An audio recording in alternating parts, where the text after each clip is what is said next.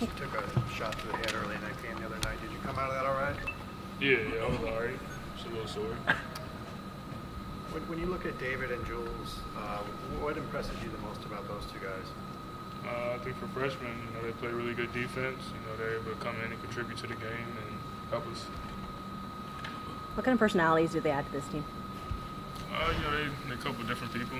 Jules dances a lot, off the court, and David likes to talk a lot. So just a little different, but they're both cool people. Did you know David slept in Pauley Pavilion one night? I wouldn't doubt it. Would not doubt it. How does that inspire you, just knowing how late he stays in the gym and sleeping over and leaving at 2 a.m. sometimes? How does that inspire you to get better? Just watching the Snapchat stories of him in the gym, 24 out of 24 hours a day, makes me want to go to the gym a little more. He stays there, he works hard, and it'll pay off for him. You guys have a 3-game homestand now. How important is it to have some success here at home and kind of defend your home turf? Definitely winning these 3 games will definitely help us, help team morale, going into, the tournament coming in the next couple of weeks. So, hopefully we can get these three wins and go on a road and get those last 2 off. You guys have struggled a little bit in second halves, giving up big runs. As the leader on this team, how do you kind of make sure everyone stays focused during those and make sure they don't get too out of hand? It's really just experience from games. Hopefully these next 3 games we can, get that out the way and, learn to play the whole 40 minutes because we'll need it for the tournament if we want to win, 3 or 4 games, whatever we have to play when we get there. Is that something that just young teams need to learn to be able to stop those runs and stay focused and keep that composure? Most definitely. I think it's definitely an experience thing, and we don't have a lot of experience on the team, and we just got to learn as we go on. Obviously, we talked about this the other night. 2 good games in a row, but your fieriness, where does that kind of come from on the court?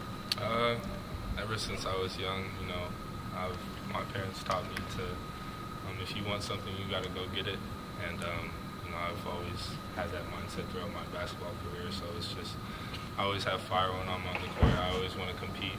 I always want to be better than whoever my opponent is. So that's just, it's been something that I've had ever since I was young. Does that manifest itself in other ways, in other areas of your life? Yeah, I think I take that sort of fieriness and competitiveness, and I take it into the classroom. Sometimes it might be like regular games, like if I'm playing video games with my friends or something.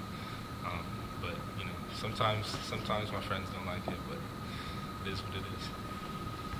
So are you a straight A student then?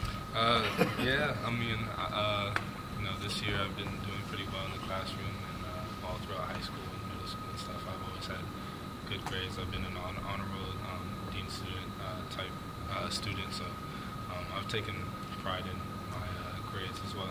What do you like about playing with David Singleton? Well, I've known him for a little while now, since high school, and we played in certain camps together on the same teams. And when you have 2 complementary games, like he's a very great shooter, and I'm a great driver. And when you have 2 complementary games, it's easy to play. You know each other well. You know where I know where he's going to be on the court if I drive. And where I'm going to be, looking ahead, trying to push the ball up the court. So I like playing with him a lot. Have you noticed maybe some teams, when you have the ball, they're maybe sagging a bit off because they know the scouting report, they know you like to drive? Have you noticed anything like that? A little bit, but I've been taking those shots and I've been making them. And, I think the last few games teams have sort of been playing up because they see I can make those shots, and I think once you start making those shots and making those open shots, it makes it easier to drive to the basket. And so it's something I've been working on my jump shot. It'll help open up my game. So it's something that I got to keep working on, and I've been working on a lot. You guys have struggled a little bit in second halves, giving up big runs, especially Stanford's kind of the most recent one. What can you guys do to communicate better to make sure those runs don't get too out of hand? I think just sustaining focus. I think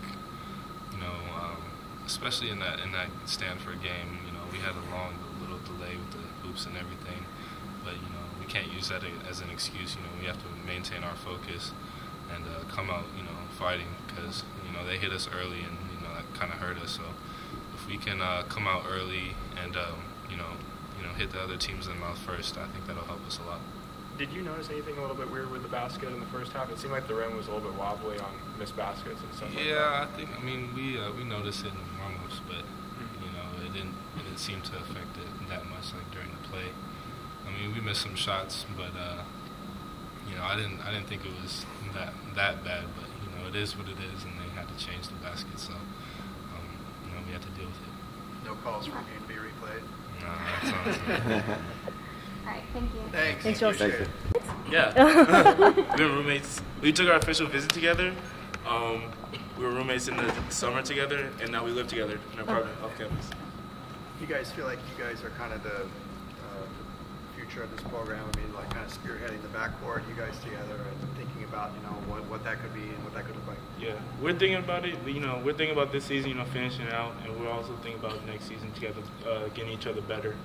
We came in playing one-on-one together, so we already knew our games and what our tendencies and what we play like. You guys kind of complement each other well.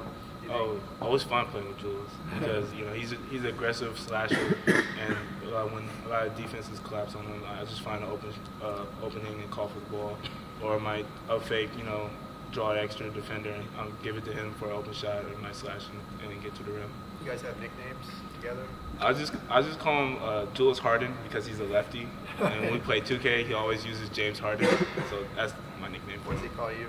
You just call me David. Okay. Yeah. We need to work on that. Yeah, we gotta work. I'll talk to him about it just for you guys.